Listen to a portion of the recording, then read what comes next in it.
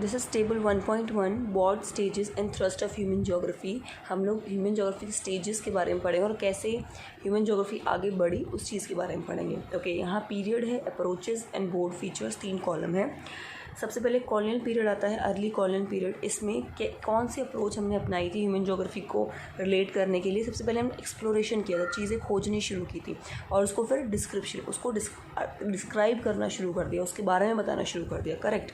तो board feature क्या था? इसमें मेन फीचर आपका है कि यहाँ आपको करना क्या था, इंपीरियल एंड ट्रेड। यहाँ मेन है ट्रेड, ये वर्ड आपको आना चाहिए कि इस टाइम में ट्रेड करना शुरू कर दिया था। Trade interest prompted the discovery and the exploration of new areas. इसकी वजह से खोजने में और एक्सप्लोर करने में न्यू एरियाज़ को help milli.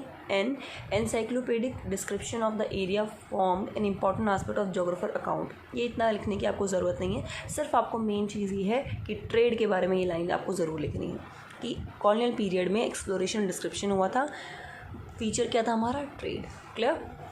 Come to the next second point, later colonial period. जब बाद का कॉलोनियल पीरियड था उसमें क्या हुआ, उसमें रीजनल एनालिसिस होना शुरू हो गया। रीजनल एनालिसिस मतलब रीजन को ढंग से एनालाइज करना शुरू कर दिया गया।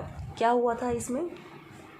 Elaborate description of all aspect of a region were undertaken.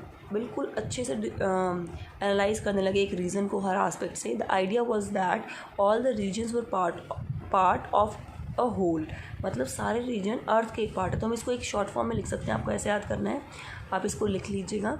इसको लिख सकते हैं हम अर्थ एज होल। अर्थ को हम एक बिल्कुल एज अ होल मान के चलते हैं। So understanding the parts in the totality would lead to an understanding of whole. कहने का मतलब है जब हम अर्थ को बिल्कुल एक ही मानते हैं, उसके सारे पार्ट्स को एक ही मानते हैं, तो हमें रीजनल को एनालिसिस करने में थोड़ी हेल्प हो जाती है। करेक्ट। थर्ड है हमारा 1930s through the inter war period. अब 1930s में जो इंटर वॉर पीरियड था उसमें क्या हुआ था? एरियल डिफ्रेंसिएशन हुआ था। ठीक है, एरियल डिफ्रेंसिएशन मतलब एरिया को अलग किया गया था। कैसे देखते हैं। The focus was on identifying the uniqueness of any region and understanding how and why it was different from others। Area को कैसे अलग किया गया था, यहाँ में एक यूनिकनेस वर्ड बहुत इंपॉर्टेंट है जो आपको लिखना है कि एरिया एक रीजन कैसे यूनिक है, कैसे दूसरों से अलग है, ये आइडेंटिफाई किया गया था। Correct. Late 1950s to the late 1960, late 1950 से लेके 1960 तक स्पेटियल ऑर्गेनाइजेशन हुआ था। इसका मतलब क्या है? जगह को ऑर्गेनाइज किया गया था। देख लेते हैं।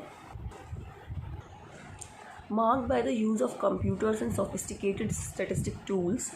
भाई यूज़ किया गया कंप्यूटर्स का और टूल्स का, स्टैटिस्टिक टूल्स का। Laws of physics were often applied to map and analyse human phenomenon. Laws of physics apply किए गए, मैपिंग की गई। This phase was called the quantitative revolution. इस फेज़ को हम क्वान्टिटेटिव रिवोल्यूशन बोलते हैं। इसका मेन ऑब्जेक्टिव होता है to identify mappable pattern for different human activities, ताकि आप मैपिंग कर सको इस पैटर्न को, ह्यूमन एक्टिविटीज़ की मैपिंग कर सको। तो मेन चीज़ आपको यहाँ रखना है मैपिंग और मैपेबल पैटर्न्स। जब आप किसी जगह को ऑर्गेनाइज कर रहे हैं तो उसके बारे में आपको पता होना चाहिए और आपको मैपिंग आनी चाहिए। क्लियर। अब बात करते हैं 1970 की। 1970s emergence of humanistic, radical and behavioural schools. 1970s में ह्यूमनिस्टिक, हमने 3 अप्रोचेज जो पढ़ी, humanistic, radical and behavioural school of thought बन गए थे। ठीक है। इसमें क्या हुआ 1970 में हमारी सोशल अप्रोचेज आ गई सारी। तो हम पढ़ लेते हैं। Discontentment with the quantitative revolution and its dehumanised manner of doing geography led to the emergence of 3 new schools of thought of human geography in the 1970। भाई न्यू स्कूल्स आ गए, ह्यूमनिस्टिक, रेडिकल और बिहेवियरल स्कूल, जो हमने already पढ़ लिया। Human geography was made more relevant to the social political reality by the emergence of the school of thought. भाई human geography ज़्यादा रिलेवेंट हो गई, हमें और अच्छे से पता चलने लगा उसके बारे में। इसने बोला गया consult the box below to know a little bit more about the school of thought. तो हम ऑलरेडी पढ़ चुके हैं, वो आप देख लीजिए इससे पहले वाली वीडियो में इन तीनों स्कूल के बारे में। ठीक है। अब बात 90s में देखते हैं post modernism in geography. Post modernism हुआ ज्योग्राफी का। इसमें क्या हुआ? थ्योरीज़ में क्वेश्चंस उठाए जाने लग गए, जो भी थ्योरीज़ थी हमारी, एक बार देख लेते हैं।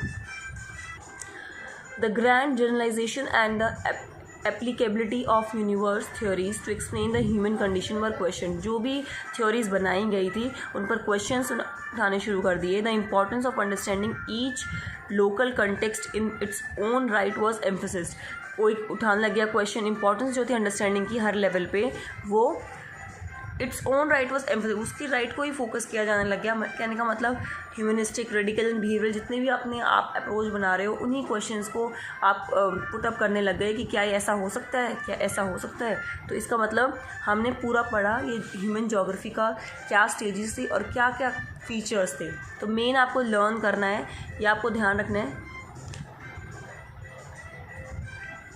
फर्स्ट में आपको ये ट्रेड वर्ड याद रखना है कि ट्रेड हुआ था। सेकंड में आपको याद रखना है earth as a whole. Third में आपको यूनिकनेस वर्ड याद रखना है, यूनिकनेस हुआ था। फोर्थ में आपको लर्न करना है मैपेबल पैटर्न और मैपिंग हुई थी। थर्ड में आपको new school of new approaches आ गई थी हमारी, ठीक है। और लास्ट आपको याद रखना है कि हमारी जो थ्योरीज थी वो क्वेश्चन की गई थी। इस वीडियो में हमने सारे स्टेजेस कवर कर लिए। हम नेक्स्ट वीडियो में नेक्स्ट हेडिंग पढ़ेंगे। Thank you.